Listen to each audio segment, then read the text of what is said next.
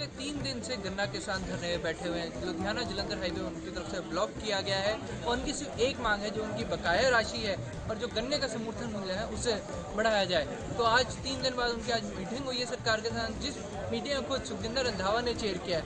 Meeting में अब तक जो सामने आया है उसमें ये पता चला है कि जो गन्ने की बकाया राशि है उसे सितंबर जो सरकारी है वो सितंबर के पहले हफ्ते तक और जो प्राइवेट मिलों की है वो अगले 15 दिनों के अंदर दे दी जाएगी। पर अब ये देखना होगा कि क्या ये वादे तो कर दिए गए हैं पर अभी तक कुछ पक्का नहीं कह सकते हैं। कल एक और मीटिंग बुलाई गई है जलंधर में।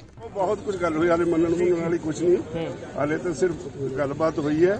कल ਨੂੰ कुछ एक्सपर्ट्स ਨਾਲ ਗੱਲ ਕਰਾਉਣਾ ਚਾਹੁੰਦੇ ਨੇ ਗੰਨੇ ਦੀ ਕਾਸਟ ਆਫ प्रोडक्शन ਤੇ ਉਹਦੇ ਬਾਅਦ ਫਿਰ चीफ मिनिस्टर कुछ करते ने की करते ने वक्त दसो और एजिटेशन उदों तक जारी है।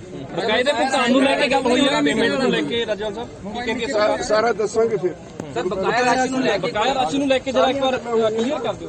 जलंधर की मीटिंग में जो समर्थन मूल्यों को लेकर बहस चल रही है, कहीं ना कहीं सरकार जहाँ 325 रुपए बताती हुई नजर आ रही है तो वहीं किसानों का कहना है कि 400 रुपए के करीब समर्थन मूल्य बनता है। तो अब ये देखना होगा कल की मीटिंग के बाद क्या फैसला लिया जाता है। चंडीगढ़ से अमित कुमार।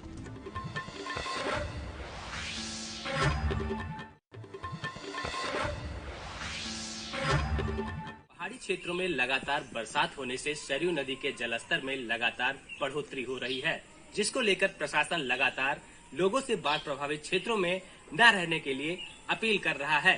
वहीं अगर बात की जाए तो धर्मनगरी अयोध्या के ग्रामीण क्षेत्रों की, जो कि बाढ़ प्रभावित क्षेत्र है, वहां पर लगातार अधिकारियों द्वारा निरीक्षण भी किया जा रहा है। ऐसे में किसानों की फसलें लगातार सरयू नदी में प्रभावित होने से धाराशाही हो रही है। किसानों का कहना है एक तरफ कोरोना जैसी बीमारी से लोगों की आर्थिक स्थिति काफी कमजोर होती नजर आ रही थी, वहीं दूसरी तरफ अब सरयू नदी का जलस्तर बढ़ने से लोगों में दिन दिन चिंता बनी हुई है। ऐसे में डीएम अनुज कुमार झा का कहना है कि सभी किसानों को सर्वे कराकर मुआवजा दिया जाएगा। वीडियो पर्सन पंकज पाठक के साथ गौरव मिश्रा, एनबी न्यूज चैनल।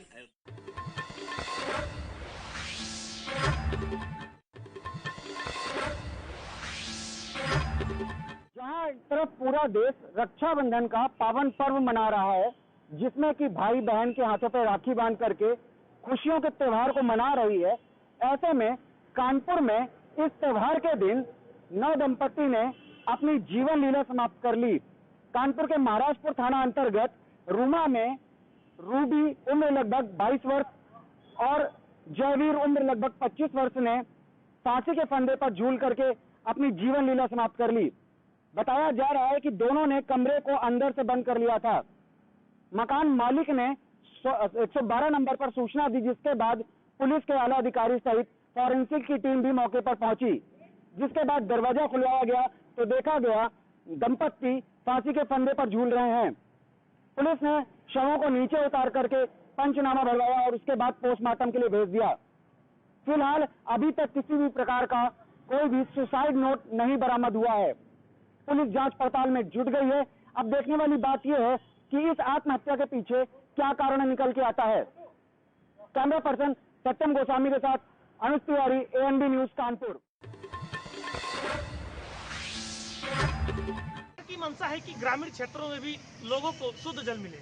इसके लिए निर्मल परियोजना या फिर विभिन्न परियोजनाओं के माध्यम से गांव में शुद्ध जल प्रोवाइड कराने के दृष्टिकोण से ओवरहेड टैंक बनाए गए हैं, लेकिन कुशीनगर जनपद के अधिकतर गांव में ये ओवरहेड टैंक सिर्फ शोपीस के रूप में खड़े हैं। कई जगहों पर ओवर टैंक बना तो है, लेकिन अब तक गाँव में सप्लाई नहीं हो सकी है। कई जगह कनेक्शन भी किया गया है, लेकिन सप्लाई चालू नहीं हो सकी है। ऐसे में ये जो गांव में शुद्ध पेयजल आपूर्ति का जो सपना है सरकार का, वो अब तक अधूरा दिखाई दे रहा है। कुशीनगर जनपद के तमकुही विकास अंतर्गत चाहे वो महुआ ग्राम सभा हो या दुधई विकास खंड अंतर्गत गुरोलिया हो, ऐसे तमाम गांव हैं जिनका हम नाम गिनाते थक जाएंगे, लेकिन वहां पर बना ओवरहेड टैंक सिर्फ शोपीस बना है। सवाल यह है कि क्या उन्हें शुद्ध जल मिलता है या फिर सिर्फ ये ओवरहेड टैंक शोपीस के रूप में खड़े रह जाते हैं। एएनबी के लिए कुशीनगर से राजकुमार गिरी।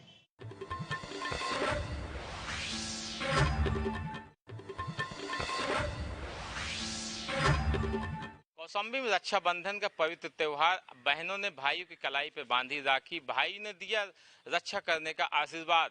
हिंदुस्तानी सभ्यता के अनुसार बहनों ने भाई की कलाई पे राखी बांधकर भाइयों से लिया आशीर्वाद। ये परंपरागत बरसों से चला आ रहा है। भाई बहनों का ये प्यार भरा त्योहार बरसों से मनाया जाता है। आइए जानते हैं, हमारे साथ हैं इसमें शिवम जी, जो शिवम जी से जानते हैं कैसे भाई बहनों का त्योहार मनाया जाता है। शिवम जी, भाई बहनों का रक्षाबंधन त्योहार कैसे मनाया जाता है और कब से मनाया जाता है? भाई बहनों को रक्षाबंधन त्यौहार राखी लेके आते हैं घर वाले। बहन राखी बांधती है, मिठाई खिलाती है, पूजा करती है, आरती उतारती है और उसके बाद जो भी नेग होता है भाई को देना पड़ता है या गिफ्ट होता है। कौशाम्बी में भाई बहनों का त्योहार बरसों से मनाया जाता है। अब देखने वाली बात होगी कि अगले साल मुख्यमंत्री जी बस यात्रा सबके लिए फ्री करते हैं या नहीं। Aiman Ahmed, ANB news, Kaushambi.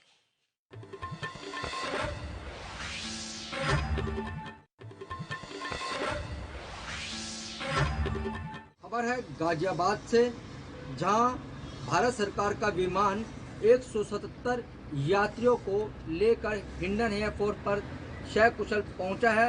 आपको पूरा मामला बताते हैं कि जो अफगानिस्तान में तालिबान का कब्जा हुआ है, वहां पे रह रहे लोगों का वहां से प्लान करना, इधर उधर देशों में जाना शुरू हो गया है। वहीं भारत सरकार ने एक सराहनीय कार्य करते हुए जो नागरिक हमारे वहां पे रह रहे थे उनकी सकुशल के लिए भारत सरकार ने एक विमान भेजा, जिससे कि वह अपने देश वापस आ सके। आज गाजियाबाद जब विमान पहुंचा तो इनके यात्रियों के परिजनों को सूचना कर दी गई थी। इससे पहले कि विमान आता, इनके परिवार वाले उनका पहले से इंतजार कर रहे थे। जैसे ही विमान उतरा, जो लोग अपने परिवार से मिलने आए थे उनके चेहरों पर एक अलग ही खुशी देखी गई। आज रक्षाबंधन का त्योहार भी था। अपने परिवार से मिलकर यात्री जो सकुशल गाजियाबाद पहुंचे हैं, उन्होंने जमकर मोदी सरकार की तारीफ की। उन्होंने बताया कि वहां के हालात काफी खराब है, सरकार ने हमें सकुशल यहां अपने देश पहुंचाया है। वो सब में चक्कर में थोड़ा लेट हो गए हम लोग, नहीं तो 2 दिन पहले आ जाते इधर। क्या दिक्कतें आई एयरपोर्ट तक? मैं काबुल में था, मेन सिटी में। फिर क्या हुआ जब तालिबान पहुंचा तो क्या दिखा? आपने अपनी आंखों दिखा? हाल बताया। हाँ, क्या हो रहा? डर लग रहा था, पर तालिबान ऐसा कुछ। हम मोदी सरकार की जमकर तारीफ कर रहे हैं, सराहना कर रहे हैं और धन्यवाद कर रहे हैं। गाजियाबाद से कैमरा पर्सन सोनू के संग में परवीन अरोड़ा, ANB न्यूज के लिए।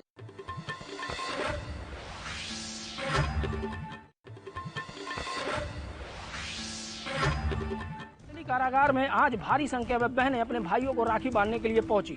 लगभग 1.5 वर्ष से जो बहनें भाइयों से मिल नहीं पा रही थी, वो उत्तर प्रदेश सरकार के आदेश के बाद आज भारी संख्या में जिला मंडली कारागार गोरखपुर में एकत्रित हुई।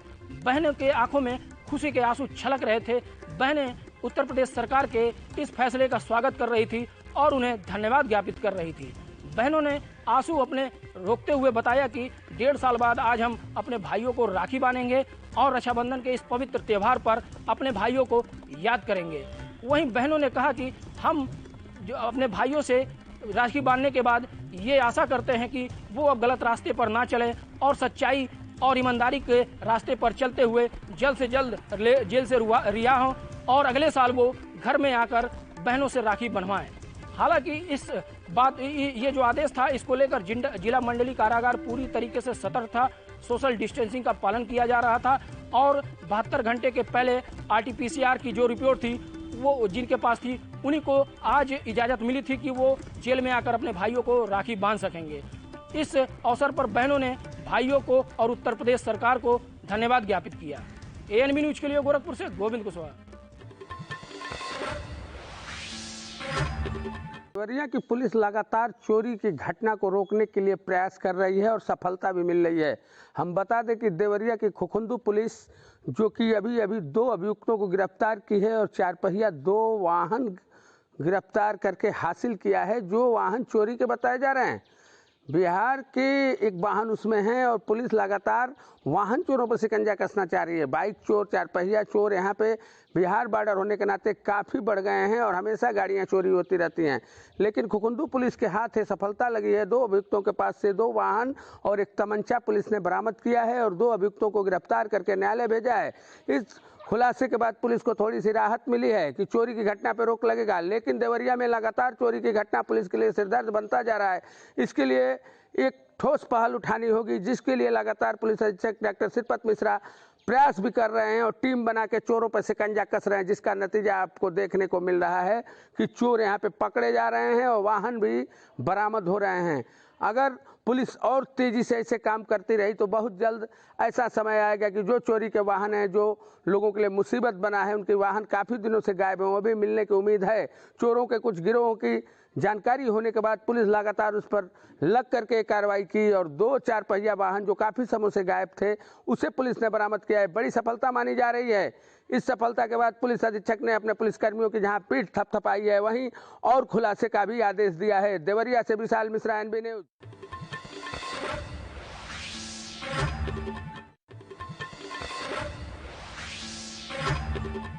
आज बिजनौर में भाई बहन के स्नेह को देखते हुए रक्षाबंधन पर्व पर महिलाओं की इस कदर भीड़ उमड़ी कि महिला एक के ऊपर एक हो गई। लेकिन महिलाओं को इतना देखते हुए बसों की सेवा पूरी नहीं हो पाई।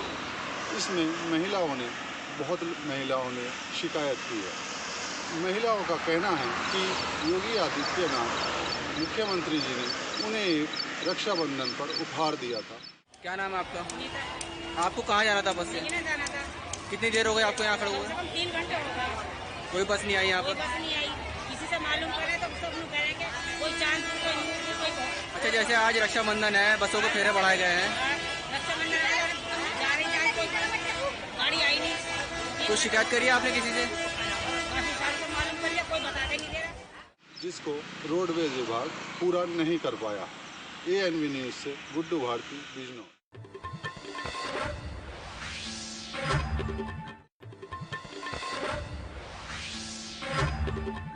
देश भर में रक्षाबंधन की धूम है। देश भर में रक्षाबंधन का त्यौहार मनाया जा रहा है। भाई बहन का पवित्र त्यौहार बड़े ही धूमधाम से मनाया जा रहा है, जिससे बहन और भाई एक दूसरे घर आते हैं और बहनें भाइयों की कलाई पर राखी बांधती है, जिसकी वजह से आज रक्षाबंधन के दिन हाईवे पर जाम लग गया, जिससे यात्रियों को काफ़ी परेशानियों का सामना करना पड़ा। तस्वीरों में आप देख सकते हैं कि NH58 पर वाहनों की लंबी लंबी कतारें देखने को मिल रही है। जाम को खुलवाने में पुलिस कर्मियों को काफ़ी पसीना बहाना पड़ा। रक्षाबंधन के दिन हाईवे पर जाम लगने से कई घंटों हाईवे यातायात बाधित रहा। कई घंटों मशक्कत के बाद पुलिस कर्मियों को जाम खुलवाना पड़ा। NB के लिए मंगलौर से अकील अहमद की रिपोर्ट।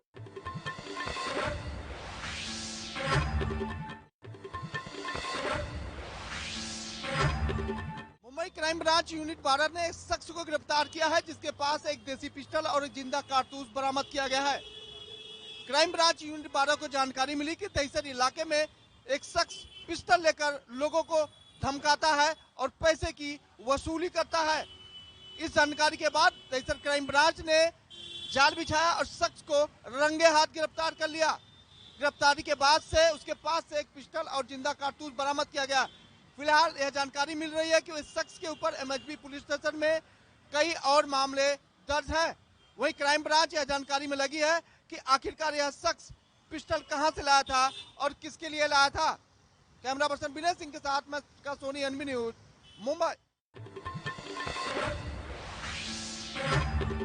रक्षाबंधन का त्यौहार भाई बहन के प्रेम के प्रतीक के रूप में मनाया जाता है और उत्तर प्रदेश सरकार जो है आज 21 तारीख मध्य रात से 22 तारीख की मध्य रात तक जो है रोडवेज पर जो बहनें हैं और माएँ हैं, इनको जो है आवागमन के लिए पूरे तरीके से छूट दी है। उनका पैसा नहीं लग रहा है। ऐसे में हम अमेठी बस स्टॉप पर हैं। यहाँ पर कुछ महिलाएं उनसे बात करेंगे, क्या उनका जो सरकार का दिशा निर्देश है उसके अनुसार उनका पैसा लग रहा है कि नहीं लग रहा है।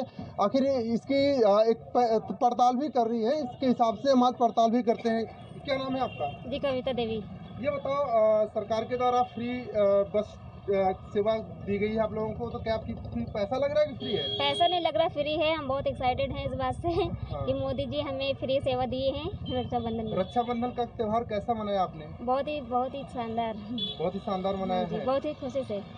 तो ये हैं महिलाएं जिन्होंने बताया कि ये त्यौहार जो है बहुत ही अच्छे तरीके से हमने मनाया है। और ऐसे में यहाँ पे कंडक्टर साहब भी हैं, उनसे बात करते हैं कि आखिर किस प्रकार की सेवाएं जो है वो नागरिकों को दे रहे हैं। जी, क्या नाम है दादा आपका? हरिचरण। ये बताइए, सरकार की तरफ से जो फ्री सेवा कहा गया है महिलाओं के लिए, तो क्या फ्री है? उसका टिकट कट रहा है कि नहीं कट रहा है? फ्री का टिकट कट रहा है 101%। 101% कट रहा है टिकट। तो टिकट का पैसा भी लिया जा रहा है? नहीं, महिलाओं के लिए निःशुल्क सेवा है। और पुरुषों के लिए? पुरुषों के लिए लग रहा है। पुरुषों के लिए लग रहा है। हाँ। तो ये कंडक्टर साहब थे जिन्होंने बताया कि महिलाओं के लिए निःशुल्क सेवा है, जिसमें टिकट तो कट रहा है लेकिन उसका पैसा नहीं लिया जा रहा है। तो कहीं ना कहीं योगी आदित्यनाथ के द्वारा ये एक अच्छी पहल है, महिलाओं को के सम्मान के लिए कहीं ना कहीं ये आगे आ रही है। कैमरामैन संजय यादव के साथ राजकुमार जायसवाल, ANB न्यूज, अमेठी।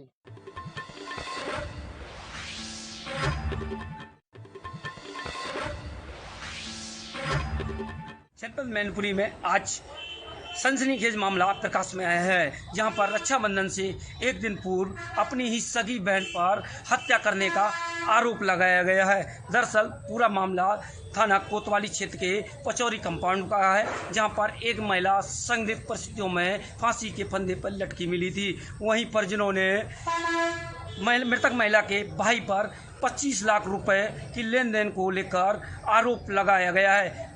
परिजनों का कहना है कि पैसे की मांग महिला ने अपने भाई से की थी, लेकिन पैसा वापस नहीं मिल पा रहा था। वहीं मायके पक्ष के लोगों ने ससुराली पक्ष के लोगों पर आरोप लगाया कि महिला के साथ उत्पीड़न किया जा रहा था। वहीं मौके पर पहुंची पुलिस ने सबको कब्जे में लेकर पोस्टमार्टम के लिए भेज दिया, जहां आज पुनः परिवारजनों के मांग पर दोबारा पोस्टमार्टम कराया गया है।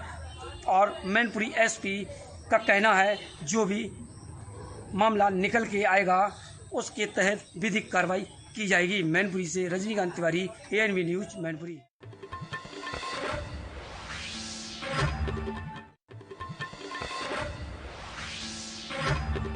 रायबरेली के खीरो थाना क्षेत्र के मंडौली गांव में उस समय अफरा तफरी मच गई जब गांव के पूर्व प्रधान जय किशन चौधरी ने अपनी ही लाइसेंसी पिस्टल से खुद को गोली मारकर आत्महत्या कर ली। जैसे ही गोली चलने की आवाज़ आसपास के ग्रामीणों को पता चली, वैसे मौके पर भारी भीड़ जमा हो गई। मौके पर पहुंचे ग्रामीणों ने इसकी सूचना पुलिस को दी। मौके पर पहुंची पुलिस और फॉरेंसिक टीम ने शव को कब्जे में लेकर पोस्टमार्टम के लिए भेज दिया है। वहां मौजूद ग्रामीणों ने बताया कि जय किशन चौधरी बीमारी के चलते मानसिक रूप से परेशान रहते थे, इसी के चलते उन्होंने इस प्रकार का कदम उठाया है। थाना खीरो के मेड़ौली गांव से आज एक सूचना प्राप्त हुई कि गांव में एक व्यक्ति द्वारा अपने लाइसेंसी पिस्टल से गोली मारकर आत्महत्या कर ली गई है। इस सूचना पर खीरो पुलिस तत्काल मौके पर पहुंची, फोरेंसिक टीम को बुलाया गया, घटनास्थल का निरीक्षण किया गया, लोगों से बातचीत की गई। परिजनों द्वारा यह बताया गया कि ये शारीरिक रूप से पैरालिसिस थे, मानसिक उलझन से परेशान रहते थे और ऐसी स्थिति में स्वयं की लाइसेंसी पिस्टल से ही खुद को गोली मार ली गई है। शव को परीक्षण हेतु पोस्टमार्टम भेज दिया गया है, शेष विधिक कार्रवाई की जा रही है। कैमरा पर्सन शैलेन के साथ अमर प्रताप सिंह, ANB न्यूज, रायबरेली।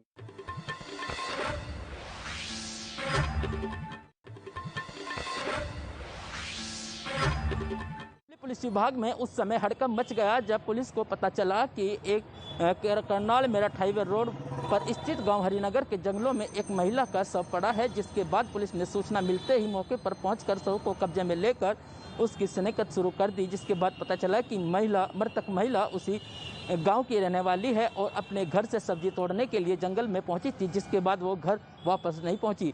जिसके बाद पुलिस ने महिला के शव को कब्जे में लेकर आगे की कानूनी कार्रवाई शुरू कर दी। आपको बता दें, महिला के परिजनों ने मृतक महिला के देवर और देवरानी पर हत्या करने की आशंका जताई है। जिसके बाद पुलिस ने मृतक के परिजनों की तहरीर के आधार पर आगे की कानूनी कार्रवाई शुरू कर दी। आपको बता दें, मामला जनपद शामली के झिंझाना थाना क्षेत्र के गांव हरिनगर का है, जहां पर गांव हरिनगर की निवासी महिला शकुंतला अपने घर से सब्जी तोड़ने के लिए जंगल में गई थी। जिसके बाद वे अपने घर वापस नहीं आई।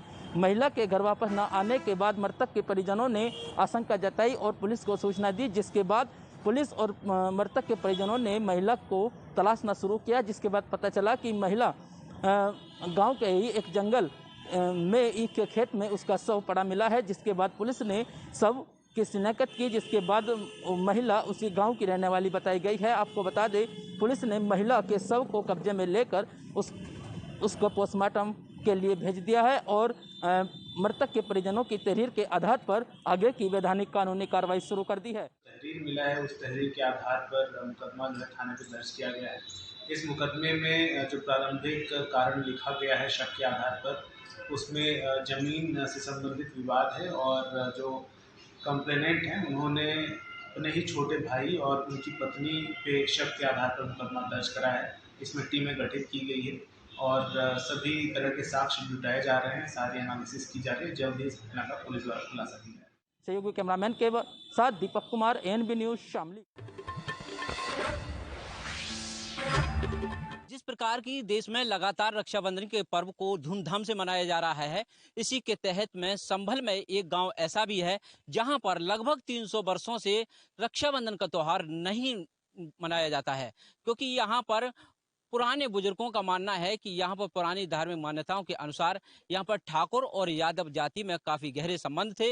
इनको लेकर के पहले ठाकुर की बेटी ने आकर के इस गांव में वचन लिया और वह इस वचन के तहत में यहाँ की जो जिम्मेदारी थी वो ले ली थी। इसको लेकर के उस दिन से इस गांव के लोग जिम्मेदारी अपने वचन निभाने के लिए दे आए, लेकिन इस गांव में आकर के बस गए, जहां पर कि बेनीपुर गांव में आने के बाद 300 वर्ष लगभग पूर्व से यहाँ पर रक्षाबंधन का पर्व नहीं मनाया जाता है। ये पुरानी रूढ़िवादी जो कि मान्यताओं को कहा जा सकता है, जिस प्रकार से संभल का एक जीता जागता एक ऐसा गांव है जहां आज भी इस रक्षाबंधन के पर्व पर होने के बावजूद भी यहाँ पर रक्षाबंधन नहीं मनाया जाता है। से नहीं मनाया जाता, बस किस वजह से, क्या वजह? हम इसे दान में दे चुके। अच्छा, किस तरह, थोड़ा बताएंगे? इस वजह से नहीं मनाया जाता है कि हमने ठाकुर की लड़की ने ठाकुर ने हमें भैंस दे दी। अच्छा। ठाकुर की लड़की जब आई हमारे राखी बांधने दूसरे साल में चल के, हाँ। तो उसने हमारा पूरा गाँव मान लिया। अच्छा। इतना दान करने को है नहीं बनवा, तो इसलिए आपके यहाँ रक्षाबंधन नहीं मनाया जाता। तो ये कितने सालों से नहीं मनाया जाता आपके यहाँ? 2 से 3 साल से, 300 करीब 300 साल के करीब जो हो गए, तब से रक्षाबंधन गाँव में नहीं मनाया जाता। गाँव की लड़की भी नहीं जाती, ना लड़की कोई आती, राखी नहीं बांध सकते आज तो। अच्छा, राखी नहीं बांध सकते अब तो। अपने सहयोगी के साथ महेंद्र सिंह मौर्य, ANB न्यूज, संभल, उत्तर प्रदेश।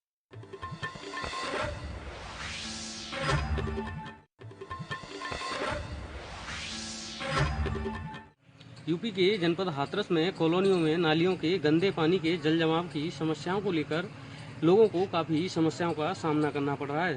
साथ ही स्थानीय लोगों का कहना है कि उनके द्वारा संबंधित अधिकारियों को कई बार इसकी शिकायत की गई, लेकिन आज तक किसी भी अधिकारी ने यहां का जायजा नहीं लिया। साथ ही स्थानीय लोगों ने एक बात और बताई कि यह रास्ता कई गांवों को भी जोड़ता है और वहां के लोग भी इसी रास्ते से होकर निकलते हैं। यह पूरा मामला हाथरस नगर पालिका क्षेत्र के महादेव कॉलोनी का है, जहां आज तक किसी अधिकारी ने समस्या का समाधान नहीं किया है। जय किशोर कुशवाहा, ANB न्यूज, हाथरस।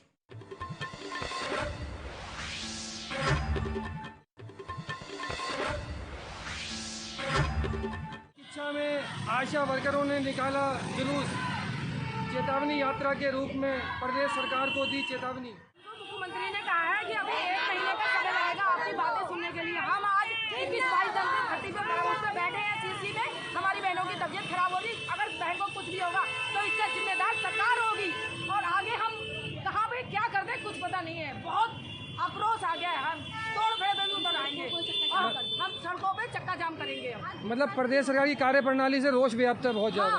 चाहे कांग्रेस की सरकार हो, चाहे बीजेपी की सरकार हो, आशा वही की वही है। जो कुर्सी पे बैठे हैं उनका वेतन बढ़ता जा रहा है, लेकिन जो आशा जहाँ थी बात वही है। इसी चीज से हम गुस्सा है। हमें कुछ नहीं चाहिए, हमें काम का अपना वो चाहिए, वेतन चाहिए। हम किसी से भीख नहीं मांगते, हम अपना अधिकार मांगते हैं। जब तक हमारी मांगें पूरी नहीं होगी हम ईंट से ईंट बजा देंगे। इंकलाब जिंदाबाद। उधम सिंह नगर के किच्छा में आशा वर्करों ने अपनी मांगों को लेकर आंदोलन तेज कर दिया है। आशा वर्करों ने प्रदेश सरकार के खिलाफ मोर्चा खोलते हुए किच्छा की सड़कों पर जुलूस निकाला और प्रदेश सरकार से अपनी मांगों को जल्द पूरा करने की मांग की। आशा वर्करों ने चेतावनी देते हुए कहा कि जब तक उनकी मांगें पूरी नहीं होंगी उनका आंदोलन जारी रहेगा। अपने सहयोगी ऋषभ शर्मा के साथ राजू सहगल, ANB न्यूज, किच्छा।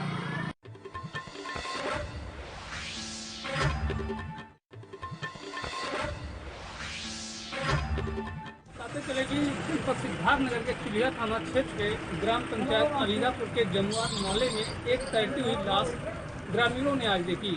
जिसकी सूचना ग्रामीणों ने ग्राम प्रधान को दिया और ग्राम प्रधान ने इसकी सूचना एसओ चिलिया को दिया। मौके पे चिलिया थाने की फोर्स आकर लाश को अपने कब्जे में लिया, जो तैरती हुई लाश नदी से बरामद हुई है। लोगों का कहना है कि गांव के बगल के ही युवती की लाश है। महिला विवाहित महिला है जिसकी उम्र 25 से 30 साल रही होगी और उसका शव नदी में तैरता हुआ मिला। वहीं ग्रामीणों ने हत्या की आशंका जताई है। उसके परिजन वाले ही ग्रामीण को कहना ग्रामीणों का कि परिजन के लोग ही उसकी हत्या करके उसके शव को नदी में फेंक दिए हैं और उसके पास एक नन्हा मुन्ना बच्चा भी है, लगभग 2 साल का रहा होगा। उसका भी शव अभी तक नहीं मिल पाया है। वहीं पुलिस छानबीन में लगी हुई है। शव को अपने कब्जे में लेकर पोस्टमार्टम के लिए भेजने की तैयारी कर रही है और आगे की विधिक कार्रवाई पुलिस करने के लिए तत्पर है। ANB news Dharamvir Gupta, Siddharthnagar.